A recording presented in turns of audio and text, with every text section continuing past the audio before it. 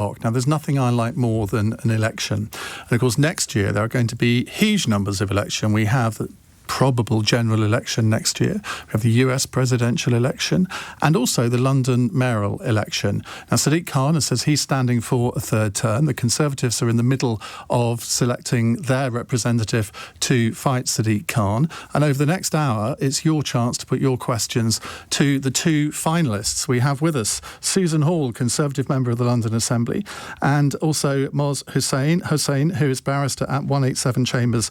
And they're both, as I say, in the final two. Welcome. I'm going to ask you a few questions, then we're going to go to calls, and then we're going to ask you to interview each other, essentially, after half past, which I know you're looking forward to, Moz. Very much. The number to call, we've actually got full switchboard of calls already, but do keep trying if you don't get through immediately. You can send a comment via Alexa, just say, send a comment to LBC and then say your question, or you can text your question to 84850. I'm going to ask you both the same question that I put to Boris Johnson back in 2007 on the day he was selected as the Tory candidate, which is a sort of soft question, I think, in a way, but let's have a little soft question to get you going. Well, indeed, let's see.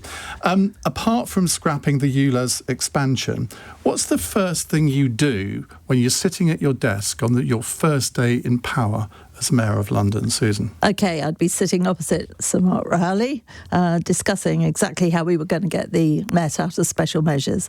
The ULEZ obviously would go immediately, but the police issues in London are so severe, in my view. We have got to get on top of that straight away. So very first day, as I walk into that office, I'd be walking in with Sir Mark Rowley to discuss policing in London with him. Do you have full confidence in Sir Mark Rowley? I do, actually. I think he understands the problems, which are vast.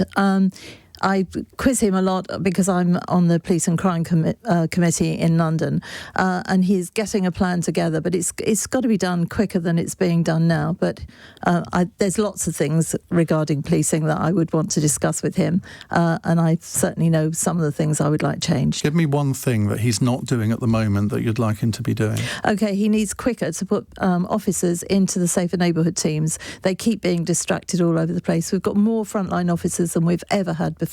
There's 35,000 frontline officers, and they're in the wrong places. He's admitted that in our committee. They need to make sure that the safer neighbourhood teams are fully manned, and I'd like to see the safer neighbourhood officers walking the streets much later at night, because certainly women, I'm being told constantly, do not feel safe because you don't see police officers on the beat after about 5 o'clock at night. That needs to change straight away. There's lots of things, to be honest. Policing is my passion, and it's something that's really upsetting Londoners at the moment. Moz, what's your top priority on your first day? I will put in a transition team from, I think, February next year, and I will already have a meeting fixed, not only with Sir Mark Rowley, with all 32 council borough leaders. I will call them and the police leaders how to fix crime in London, how to bring back trust.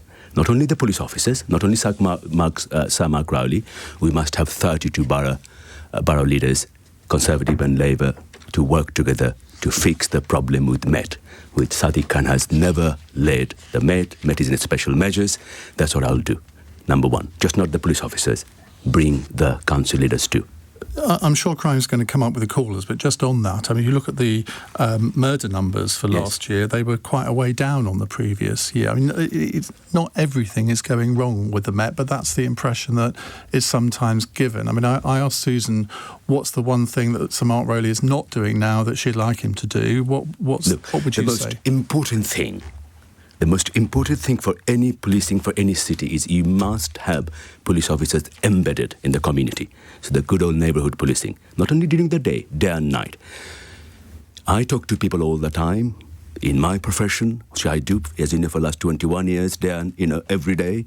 And now I talk to people on the street, they never see a police officer at night. So we must have police officers. So you're agreeing on that? I mean, look, most things, the biggest problems in London are common problems. Of course you'll agree. We're not going to invent a problem and invent solutions. The biggest problem in London is safety.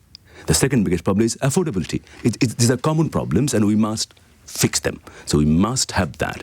And that must be done. Unless we have that, Iain, police officers on foot, day and night.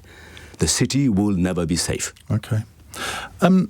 Winning an election is partly about inspiring people.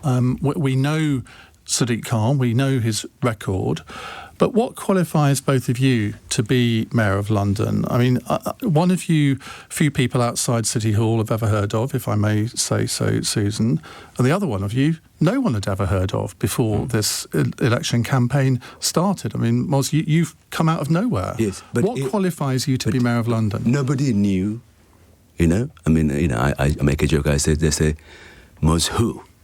And they will say, Sadiq Khan, why? Why is he running again? Look, I'm here to defeat Sadiq Khan and rescue this city. Now, nobody knew who I was 3 weeks ago.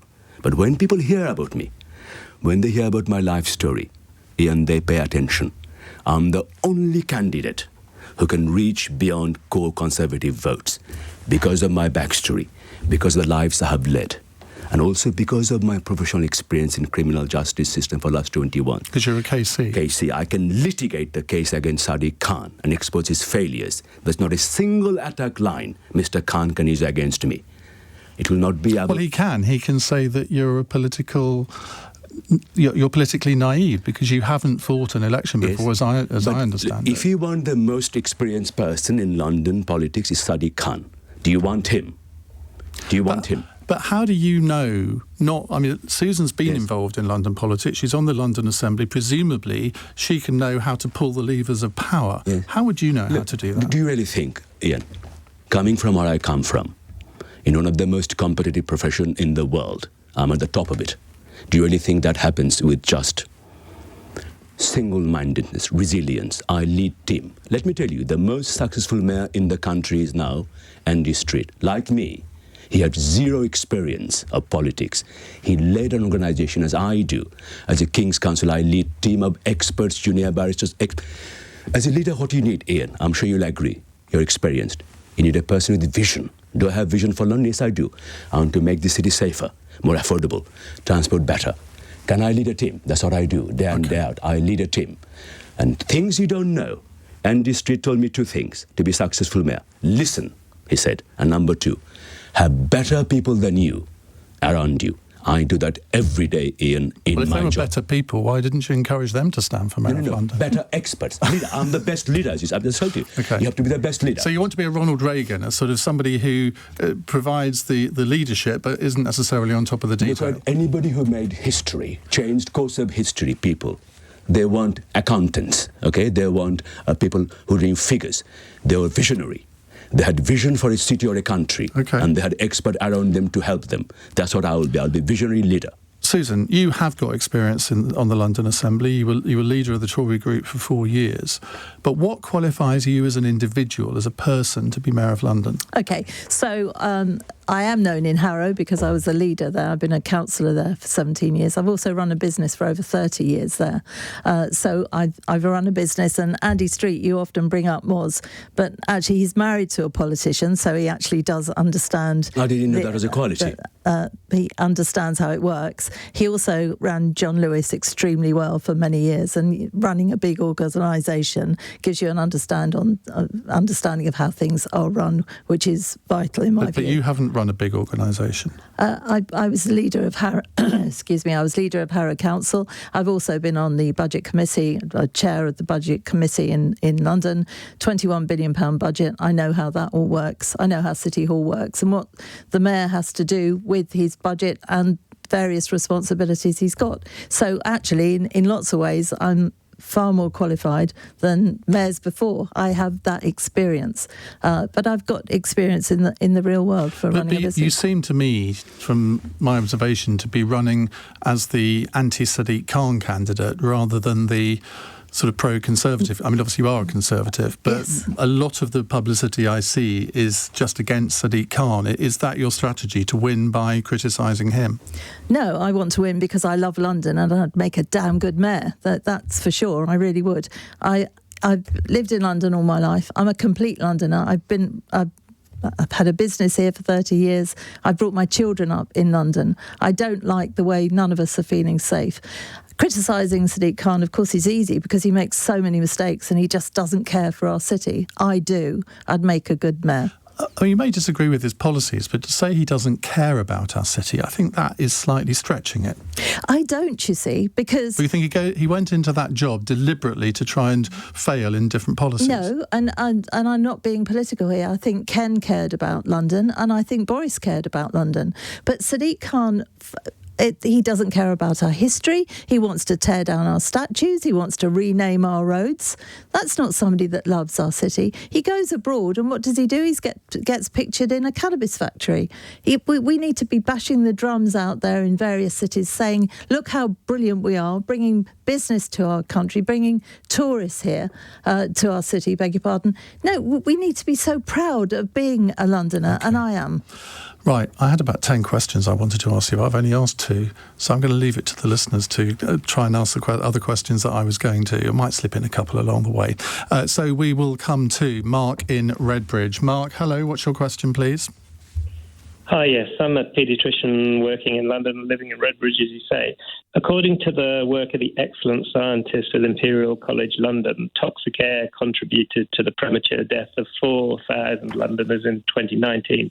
Do you believe this to be true? Moz.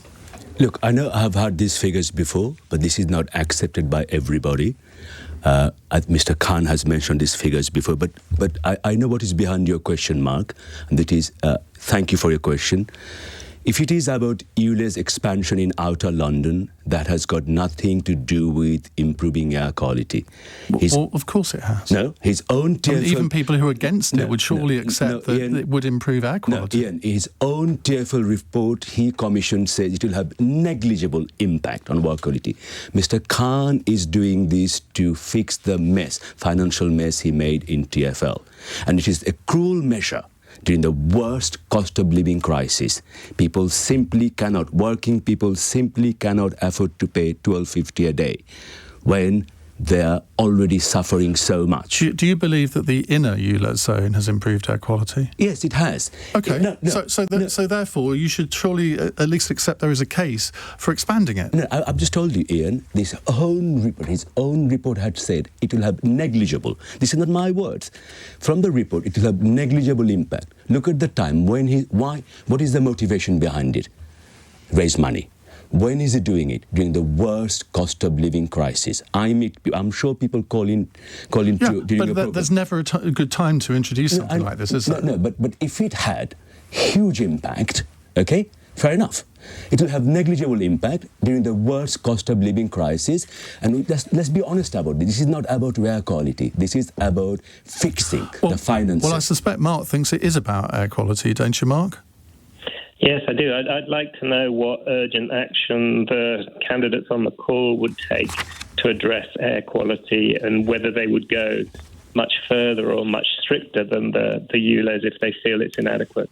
Right. Susan, let's come to you. OK, Moz is right. The impact assessment that TfL did themselves said that it would have negligible impact on the air quality. The outer London one. We're not talking about the inner one. So you're in favour of the inner one? Yes, I would keep the inner one, right. But the impact assessment said the outer one wouldn't make much difference. If you go down to places like Bexley, Bromley, even outskirts of Harrow, where I live, you've got fields and everything else. It's a different building impact. So it wouldn't make much difference. As for the 4,000 deaths, if you actually start looking into those figures, they can be pulled apart. It's so many people might live one day slightly less or something, and then it's added up. You can pull those figures apart. But what would I do was his second question. Within the budget, there's a 50 million amount put on an environmental line, if you like. I would take, actually it's about 150 million. I'd take 50 million out of that and put it in a pot and say to councils, where you've got a hotspot or a place where you've got slightly increased air pollution, bid into the fund to deal with that there. So it could be anything from electrification of a bus route there. It could be the way perhaps a traffic system is put in that is causing more fumes to come from cars, etc. So it would be a fund that you could bid into to deal with it on the hotspots. But using the whole thing as a blanket measure is ridiculous. And I asked the Commissioner for TfL last week how much they expected to make out of this. £200 million. That's 200 million from hardworking Londoners that cannot afford it, and it is being put in for a tax grab, nothing else. And what would you do about... let me give you one example. In fact, I put this to Sadiq Khan just after he became mayor. I said, if you're driving along the embankment towards Big Ben, you used to be able to turn left onto Westminster Bridge. Now you can't. You have to turn right and go all the way around Parliament Square and then back up Bridge Street to go over Westminster Bridge. Who in Transport for London thinks that is an environmentally friendly thing to introduce? And he said, I know, it's terrible, isn't it? I said, well, you're the mayor, do something about it. Well, and it's still there. And the other one is Park Lane. Well, cycle lane there is ridiculous. But what can you do... Ian, can I come just back? one second. What can you do as Mayor of London to effectively tell TfL to stop doing stupid schemes like that? You have to lead, Ian. You have to work with them, Look, let's not... Look, you're there to serve people, okay? Don't do things that doesn't work. You do it for the sake of it because, it looks good on him or whatever, You just have to bring common sense into these things. So don't just... A lot of these measures, they've got nothing to do with making the air quality better. They're making it worse. And can I just come back on Mark's question? The way you make air quality better in Outer London, make the transport system better. Mr. Khan doesn't care about Outer London transport. At least in Inner London, Ian, you can hop on it underground. It's much often quicker than driving a car. In Outer London, you don't have that options in most places. So the way you do it, investing in transport, making it better, make it more connected. People want... you cannot be anti-car. Give people choices. I'm a conservative. I believe in giving people options. If people are given two options, usually they go for the better, the healthier one. So in Outer London, invest. Have more buses in the short term, frequent buses, long term, capital investment in big infrastructures. That's how you make people come out of cars. Let's quickly go back to Mark for a final comment. I fully agree. I think public transport is an excellent idea, and I plan to cycle the route of the Superloop later in the month to celebrate that as a potential Superloop, I like that. The super flop is called by some people. Public transport and cycling, I'm right behind Not by you, by everybody else. OK, Mark, thank you very much indeed. I should remind you, by the way, if you want to watch us as well as listen to us, you can do so on Global Player right now. Right, very important subject coming up from Amelia in Upminster. Hello, Amelia. Hello, hi. Hi. So my question to you both is, how will we keep both women safe in London? Thank you. Well, it's a big question.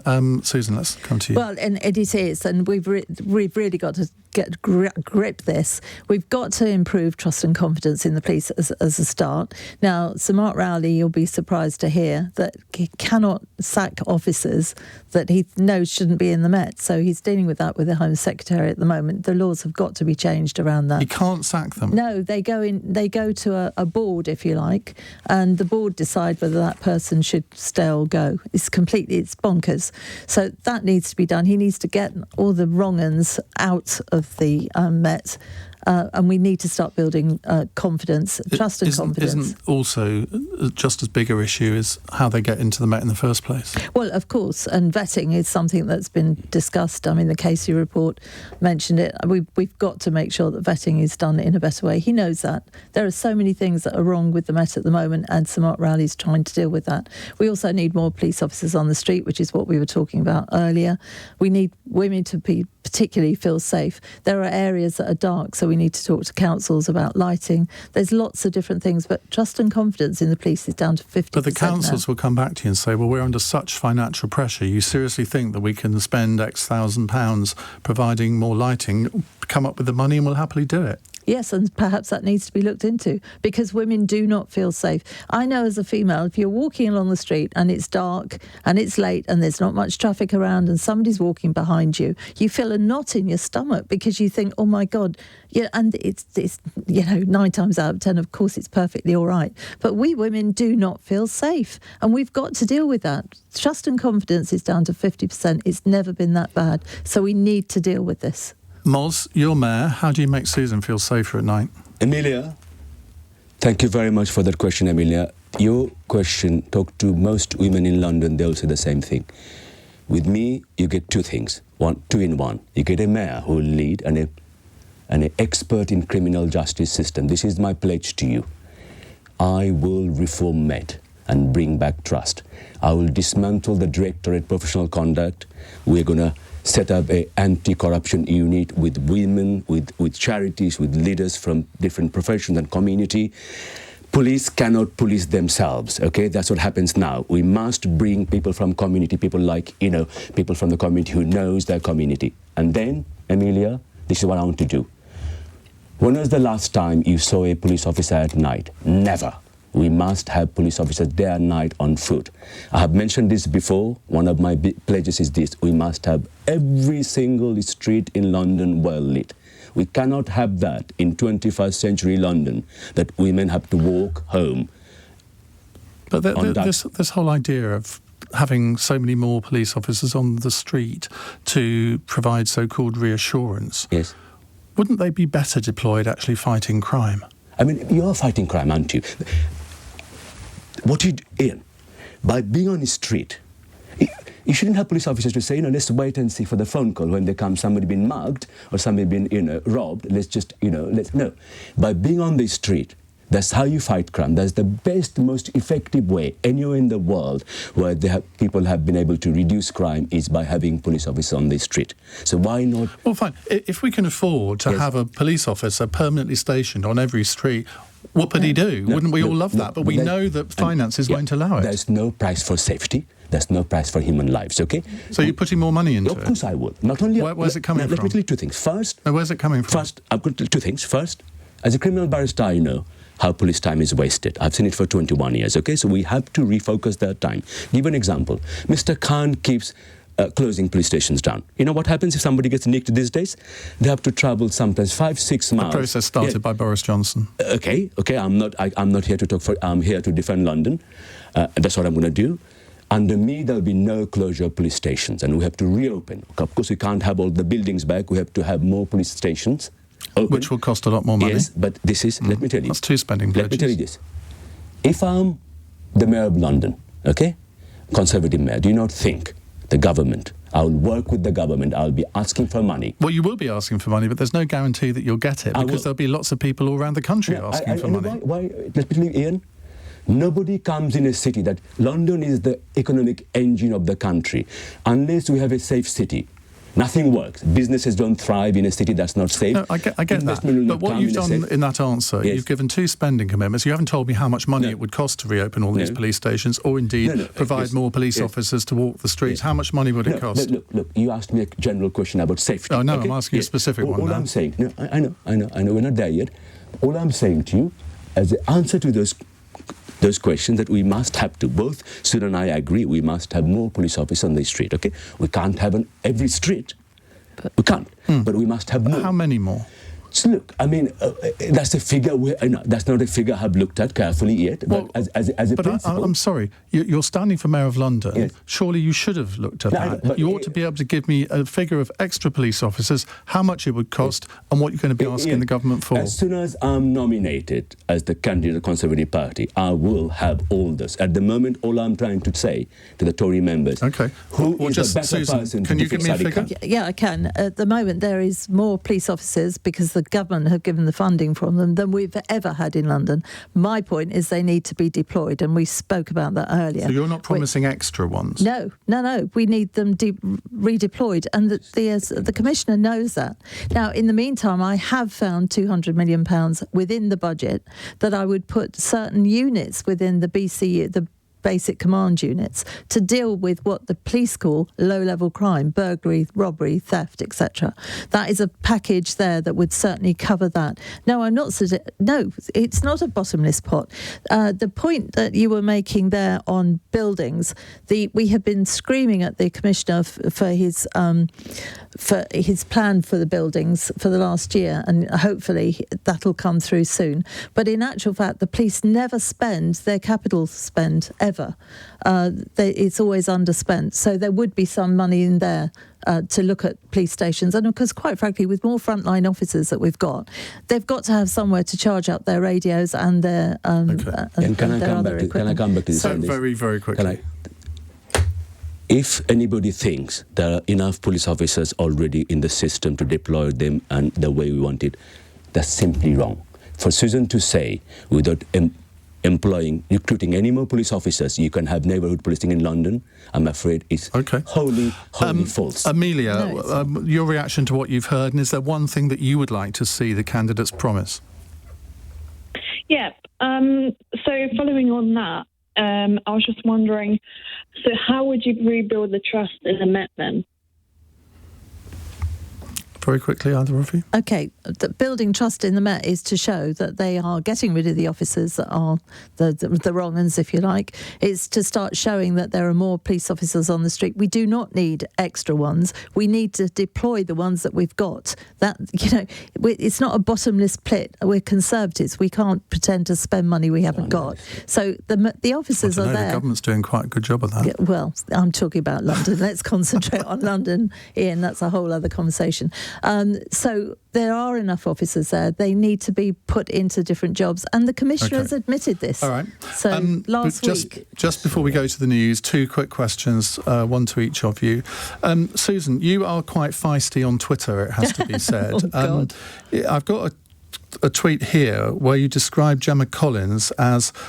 "Oh my God, this fat woman Gemma is ghastly, really ghastly. However, watching her squeal may be funny. You called her a stupid fat blonde woman." Is that becoming of a mayoral candidate? No, it's a bit mean, wasn't it? And obviously I've reflected on those words. It was when she was in I'm a Celebrity. No, I've thought about that. It was unkind. I haven't called anybody that since. Sometimes we just say what we're thinking. And I did on that occasion, but... I shall be watching your Twitter feed eagerly after this programme. Goodness knows what she might say, Moz. Now, Moz, several of your campaign team are being investigated by the Met over the jingle and mingle Christmas party in lockdown. You've said, in response to a question on that before, you like to give people a second chance. Do you think the Met should stop wasting their time with this investigation and get on with finding criminals? Look, can I just answer the first question? Well, that was the first question. I have been given more second chances in my life by my parents than more than I care to remember. And in my job as a criminal barrister for the last 21 years, Ian, I have seen what second chances do to people and what lack of them do. The people you talk about on my team, they're very remorseful, and I'm going to give them a second chance. Now, look, most of us have suffered during COVID. I have suffered personally. I think some people feel very strongly about it. I think people who have broken law, they should be investigated, but I think I would prefer to move on. But do you think the police are effectively wasting their time doing this and they should be redeployed on other things? Priorities matter. I think if I'm Mayor of London, I will prioritise their responsibilities. OK. Right, we will take a short break here and go to the news headlines at 7:32 on LBC with Amelia Cox. NATO's Secretary-General says Ukraine will become a member in the future once conditions have been met. Earlier, President Zelensky said it was absurd that a timetable hadn't been set for his country to join the alliance. A second person claims a BBC presenter became threatening when they suggested they may reveal his identity after meeting on a dating app. A man has already been suspended after being accused of paying a teenager for explicit images.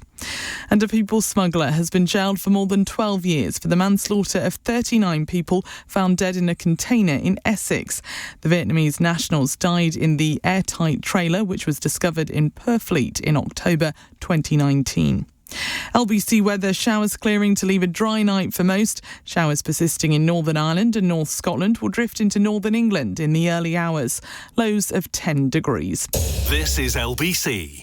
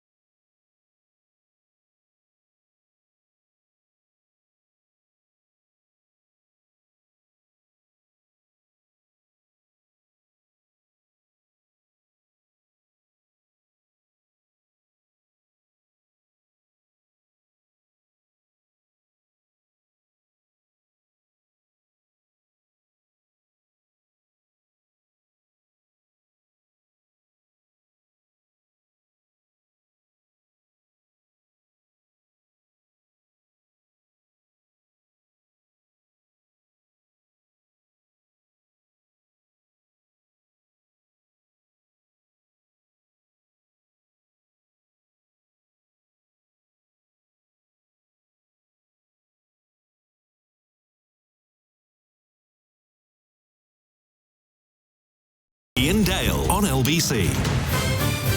It's 7:35 on LBC. We have Susan Hall with us and Hossain. They're the two finalists to be the Conservative candidate for London Mayor in the May 2024 mayoral election.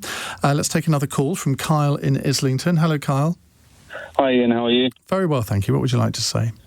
Well, I've been an estate agent in London for the past 15 years, and over that period of time, I've noticed a severe lack of housing in social housing, and also the waiting times for families who are overcrowded. So in some cases, some families are having to wait up to 6 years to move from a 2-bed to a 3-bed. So I just wanted to know from both candidates what they plan to do to combat this issue in social housing and the lack of social housing and people being able to upgrade to a larger house. Just to introduce a statistic in this, because I've got one in front of me here. In the final year of Boris Johnson's mayoralty, only 3 social rent properties were started. Last year, under Sadiq Khan, that figure was 15,595. Just to add this question into Kyle's, why should Londoners trust the Conservatives with social house building? Moz? Kyle, thank you for your question. First, I'm not a career politician. That's why you should trust me. Number 2, Kyle, there's equivalent to 15 Hyde Parks worth of TfL land in London, and plus box sites and brownfield. I will build on that land affordable homes, beautiful affordable homes, up to 700,000 of them. That's how you fix the problem. Affordable or for social housing? That will include both, so, and that will include certain amount of social housing too. But I think one of the biggest crises in London, of course social housing is a problem, it's housing for young people, for key workers, for families. Young people simply cannot, they don't even dream of owning home, Kyle, as you know, anymore as a estate agent. But this isn't a new problem. It existed when Boris Johnson was mayor. I know, but Ian, we have to build more. There's a real urgency with building. We just have to do more. Mr. Khan was given £9 billion by the government. I think he spent only half of it, and he still have, for affordable homes. So this is my pledge to you. If I'm lucky enough to get your votes and become the mayor of London, I will build on that brownfield and box sites hundreds of thousands of beautiful affordable Hundreds homes. of thousands? Yes, you can build up to 700,000 homes on that land. So that includes TfL land, and brownfield and box sites. There's enough to do that. Any greenbelt land you'd build on? Zero, Ian, zero. So all the leafy parts of London get to keep their leafy parts of London, and the rest get a lot more houses, which... No, but as I said, the empty TfL land, empty and brownfield and box sites, we have got enough of that in London. So you said, did you say 700,000? Yes. Over what period of time? So, no, look, Well, 4 years, 8 years, 12 years? I think, look, 20 years? What I want to, I think, of course, I'm running, for mayor, at least for a 4 term. I don't think you can build that many houses in 4 years. Of course, you can't. But what I'm saying that if you keep building... How many would you aim to build in your first term? I think there's no point having an artificial target. I think I just want to build. There's another figure that you can't come up with. Like, you didn't give us a figure on how much it would cost to get police officers. People are obsessed with figures. Look, as I say... because we're all taxpayers. I know. But Ian, all I'm saying to you, I'm trying to convince the Conservative members to choose who is the better person to defeat Sadiq Khan now. I promise you. No, surely you're running to be the best person to be mayor of London. Yes, of course. Sadiq Khan's almost an irrelevance in that. Either of us will be a better candidate than Sadiq Khan. But at this stage, the Conservative Party members, this is a once-in-a-lifetime opportunity for them to defeat Sadiq Khan. They have to choose who's going to defeat him. Susan Hall, your answer to Kyle. All right, OK. You can't live in a start, though. I'm always more interested in looking at the ones that are finished. At the end of the day, the one thing that we do need, and we haven't done it at all for years and years, is build enough properties, because that is why prices are going up. We've got such a high demand and a shortness of supply, and it's just basic economics. Clearly the prices are going up. You also need to look at rent in all of the sectors. It's so high. Young people just don't have a chance of buying a new new home. I mean, you and I, Iain, when we were younger, we knew that even if we had to work really hard, we would be able to afford to buy something, even if we got extra jobs, which I know I did. But youngsters now just can't afford to do that. So what we need to do is open up the London plan. We need to stop building 1 and 2 bedroom flats. We need to look at family homes, because when people move from a 1 or 2 bedroom flat, they're invariably moving out of London. We've got to retain young families here. We've got to re-establish the London Land Commission that Boris started, that was a partnership between public and private business, as it were, to find where all the nooks and crannies are, and certainly build high density but low rise family homes. So there's a company. You say stop concentrating on 1 and 2 bedroom flats, but I mean they are quite important for young people who want to get on the ladder for the first time. Yes, but equally we then don't want them moving out of London. We need a variety of different homes, the homes that people want, where they want to be, and so therefore we need to build more family homes. This is something we've been... How many? Because I've asked Moz to be specific. I want you to be specific as well. I can't give you a final figure because it depends on planning, it depends on where we can find the land, it depends on the property developers, etc. I would just say as many as we can put in, we need to be building. Boris put in 3 social rent properties in his last year. Sadiq Khan has started 15,595. Are you going to be somewhere... Well, I mean, if they start, presumably they finish. Yeah, sometimes there's a hole in the ground, and then it takes ages for anything to come out. We need to look at the finished. But I think voters at the election are going to want to know, to be given some meat on the bone. It's all very well to say we want more of this and more of that, but you've got to be at least give an aspirational number. I mean, he's given 700,000. Yeah.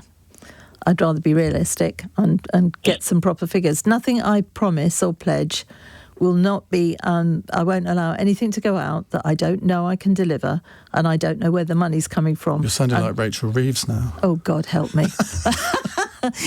Oh, my word, that's terrible. What a thing to say to me, Iain. OK, well, let me go back to Kyle. Kyle, I'm quite interested in your response to those 2 answers. Well, I don't know how you're gonna be able to find 700,000 homes, but I do have a suggestion, but I don't know if it would be in both of your purviews with your new jobs. In my time as being an estate agent, a lot of the new build properties that we are talking about, the 1 and 2 bedrooms, a lot of them are sold off plan, and they're sold on something called an assignment of contract. And I'm not saying all of them, but a lot of the major ones. And those assignment of contracts are actually sold in Asia before. So by the time... Do you know why? I'll tell you something, because you can't get a mortgage. All the off-plan properties are sold to foreigners because bank simply won't give a mortgage. So I will work with the government very closely. We really have to do it. We have help. Well, the government could just say they're going to ban those sales. Actually, it's only about 1% of total properties. I've looked into this. It's only about 1%. And very often, the developers will use it for sort of seed funding to build the thing.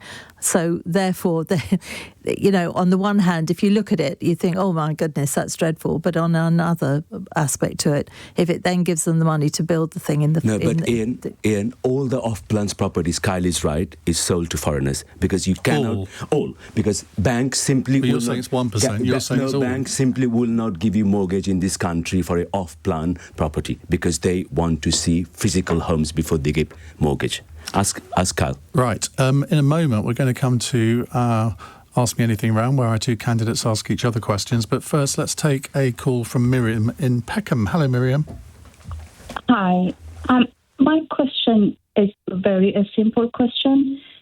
How will you revamp a stop and a search without alienating some communities? So let me just repeat that question because the line wasn't very good. How are you going to revamp Stop and Search without alienating certain communities? Susan. OK, I do understand there's an issue here. One of the things I'd like to do, and I've spoken to the Metropolitan Federation, their union, and what they would like to see, and it's been costed up at 375k, so it is affordable, is for frontline officers to carry knife wands, the ones that you have in the airports that show if you've got knives or guns or anything metal. Now, the benefit of that is that it would show if they do a stop and search, the police officers wouldn't have to put their hands in the individual's pockets, etc. So it's far less invasive. I think that would help with some of the communities to stop and search. Granted, you wouldn't get drugs off them, but you would know if they've got knives and or guns, which quite frankly is important. I'm a massive supporter of stop and search. We get so many knives off the streets, which is what we need to be doing. But you accept that for some communities it is a big issue. Which is why I like the idea of the knife ones. Okay. As I say, and I've investigated. It has to be more fundamental than that. In my 21 years as a barrister, I've seen this. That's the third time you've mentioned Yes, that. I know. You get a mayor and an expert in criminal justice system with me. 2-in-1, Iain, 2-in-1. I give one free, because you're a nice man. Now, I've had heartbroken mothers whose son has been killed, angry. Why didn't the police stop the boy who killed their son when he was carrying a knife? Also have met mothers, numerous of them, heartbroken mothers who will not see their son for next 21 years because they're going to prison. Why didn't the police stop my son when he's carrying a machete? There's no alternative to intelligence-based stop and search. You know how you do it? By having neighborhood policing, having police officers embedded in the community so they will know who is the young boy who's been groomed into a gang, who is the young boy who's carrying a knife, who is the young boy who's carrying drugs. So there's those two things together, Iain. Intelligence-based stop and search and having neighborhood policing embed. Now you have police officers live in Kent, they're policing Mile End. They don't know anything about the community. But do you accept that in the past stop and search has not been intelligence-based? No, of course. It has been race-based. Iain, I've been a criminal barrister for the 5th time, for 21 years. Of course, I've seen that every day. But what I'm saying to you, there is no alternative to that because both mothers who've lost a son or whose son killed somebody, they both say to us, please, please, please, ask the police, bring back intelligence-based stop and search and neighbourhood policing coupled with that. Thank you very much indeed. You can now prepare your questions to each other because that's what we're going to do in a couple of minutes' time. It's 7:47. LBC.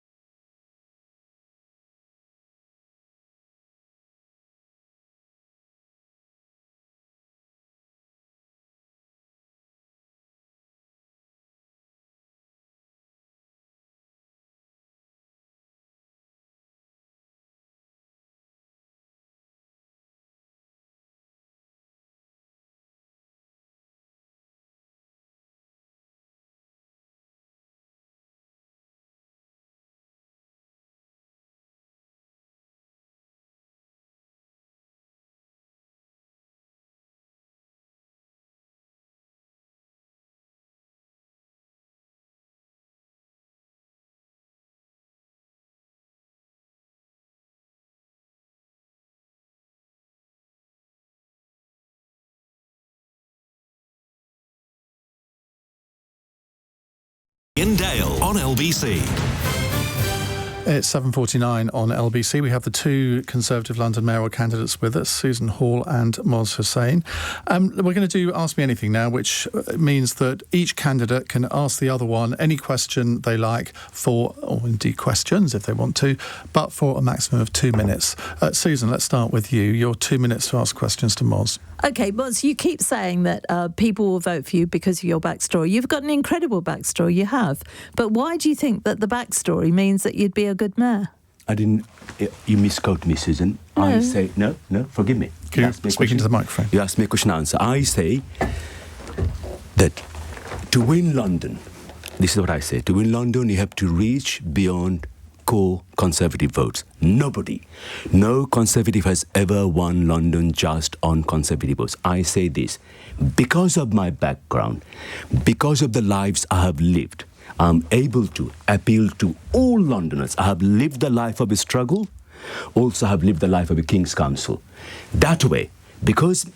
Okay. Hang on, I'm answering your question. Because not all Londoners may have share my story, but they will recognise my struggle. Even a boy or a girl, even a boy from Bromley, girl from Greenwich, you will know, if a boy from a village in Bangladesh can come here at the age of 21, who didn't wear shoes, can become a King's Council, I can do it too. And secondly, because of my 21 experience as a criminal barrister and as a KC now, it has prepared me to litigate the case against Sadiq Khan and expose his failures. So not only is it about backstory, my backstory gets the attention. And my expertise as a KC gives me the expertise to litigate the case against him. And also, Susan, unlike you, there's not a single thing Sadiq Khan can hold against me. It will be about... With you, it will be about your record and his record. He will ask you and say, I've seen mayoral question time. Oh, Susan, what have you done for London? He can ask me that. It will be about his record, not about our party's perceived weaknesses. He would love to have you as his opponent. Do you know why? Because it will be about you and him, not about his record. Yeah, Moz, Iain referred to it earlier. I've heard you promise all sorts of things at the Hustings. Far more police officers, day and night, they'll be on the street, and the news stations and everything. There's no price for life, yes, Susan. No, I'm afraid You're a there politician. Is. No, hang on. I care about Londoners. Wait, I'm asking you this question. Yes. You keep promising all these things. We're Conservatives. You do not promise things unless you know where the money is coming from. But you don't know where the money is coming from. No, hang on. Yes. You don't know where the money is coming from. Shall she run out of time? Okay, you're at 20 seconds. Susan, because I will be the mayor, Conservative mayor, the government will work with me, because there's no price for life. There's no price for safety. Yeah, there is. Unlike you, you're a career politician, I am not. I actually added 30 seconds on, and you've gone over that as well. So we'll add it. You've got 2.5 minutes now, Moz, to put your questions to Susan. Susan, do you really think in the most tolerant city on the face of the planet, we have just heard about one of your tweeters, and I'm sure there'll be other tweeters too, and some people, you have been a career politician all your life. Okay? And you're somebody who can write a Twitter like that.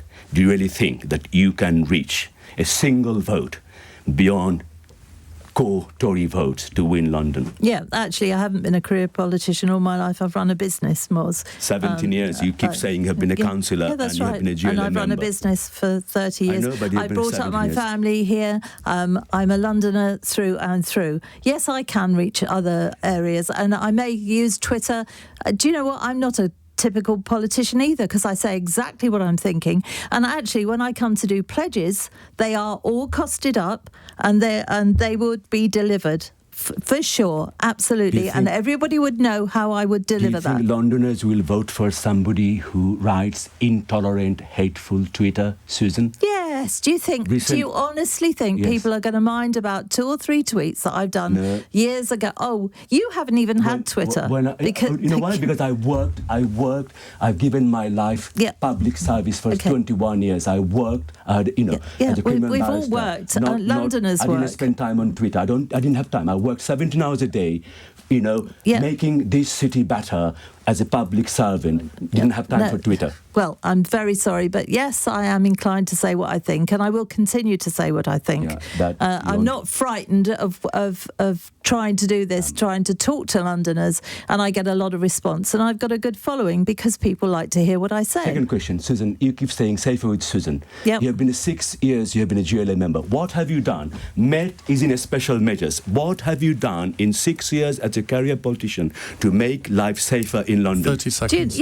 Do you not understand how it works? We actually scrutinise what the mayor is doing. We scrutinise what he's doing. We've exposed. Well, one of the things I did is I persuaded Cressida Dick to let frontline officers have spit guards. I nagged like only a female can at times to have tasers on the front line. You had an important role as a leader. What have you done? How have you worked with the government to make sure that Met did not go into special measures? What have you done to make you don't women's lives understand how it safer? works, do you? We've run out of time.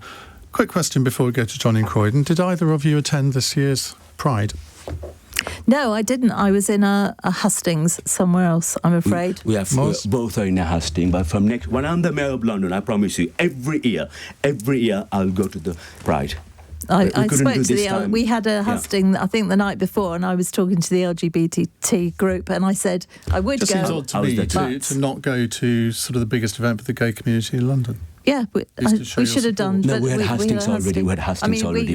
We had a schedule like John in Croydon. Hello, John. So today could be called Liz Truss Day because it's exactly a year today that she announced that she wanted to be Prime Minister. Is it really? Goodness. Can each of the candidates tell me who they voted for in the Tory leadership election, or if they abstained, maybe? Simple question. Moz. I voted, but I don't want to reveal that. Why? It's very personal. It's not personal at all. It's not personal. It was a Conservative Party leadership election. You're asking people to vote for you. Are you expecting them to be embarrassed about voting for you? Seriously, I do not understand why you wouldn't say who you voted for. I voted for the Prime Minister. Right. I voted for Liz Truss. I'm a low tax Do you rather regret that now? Yep. But, except I voted for a low tax Conservative. It didn't go as it should have done. And you thought she would be a better election winner than Rishi Sunak or Penny Mordaunt? Yeah, so I got it wrong. We do get things wrong, and I will admit it. I don't have So she pulled the wool over your eyes? No, I believed in what she was saying. It's the execution of what she was saying that went very wrong. Some of the things that she was saying is what a low-tax Tory wants to hear. But it's the execution of what she then put in that was wrong. OK, let's finish off with some quick-fire questions, because I know people love these. Because you know why? I'm not a career politician. It's got nothing to do with being. It's got nothing to do with being a career politician. Answer all of them. You ought to be able to answer all of these. I can answer them first. You can answer some first. I'm not showing any preference here. Boris Johnson or Rishi Sunak? Look. No. We're We're not going to have a monologue on each of these questions. They're quick. It's quick fire, Moz. Boris Johnson or Rishi Sunak? Mr. Sunak as the Prime Minister. Okay. And Mr. Johnson as the Mayor of London. Okay. Susan. Sunak. How many London boroughs are there, Susan? 32. Moz? 32, and then City of London Corporation. Which London borough has the highest population, Susan? Oh gosh. I don't know, unless it's Bromley. It might be. Incorrect. I don't know, though. Huh? Incorrect. Yeah, no. I think I'm going to guess. It might be Tower Hamlets? No, Croydon. It's Croydon. What's the population of London? Between 9 and 10 million. I think, same. Close to 10 million. 8.8. Which football team do you support? Tottenham Hotspurs. And when was the last time they won a trophy? That's unkind. It's unkind coming from a West Ham fan. I'm not really. I'm not really into sports, you know. Complete the sentence. The best thing about London is Moz. It's culture. Susan. My home. Oh, I haven't been there, so I can't judge that one. What's the worst thing about London? Sadiq Khan. I love everything about London. Including Sadiq Khan. The next one is, say something nice about Sadiq Khan, Moz. Look, even the people who don't like him, they like the fact, that's why it's a tolerant city. They like the fact a boy from a council flat. They like the fact, Iain, a boy from a council flat and from a minority group is the mayor of the greatest city on the planet. Susan? He tolerates the most dreadful racist abuse, and that's why he has to be in a police car, and he deals with that well, and he shouldn't have to. It's a disgrace. Do you want Boris Johnson campaigning for you on the doorstep, Moz? There's so much to learn from him. He was a great, great, great mayor, and I think we should be proud of the things he has done.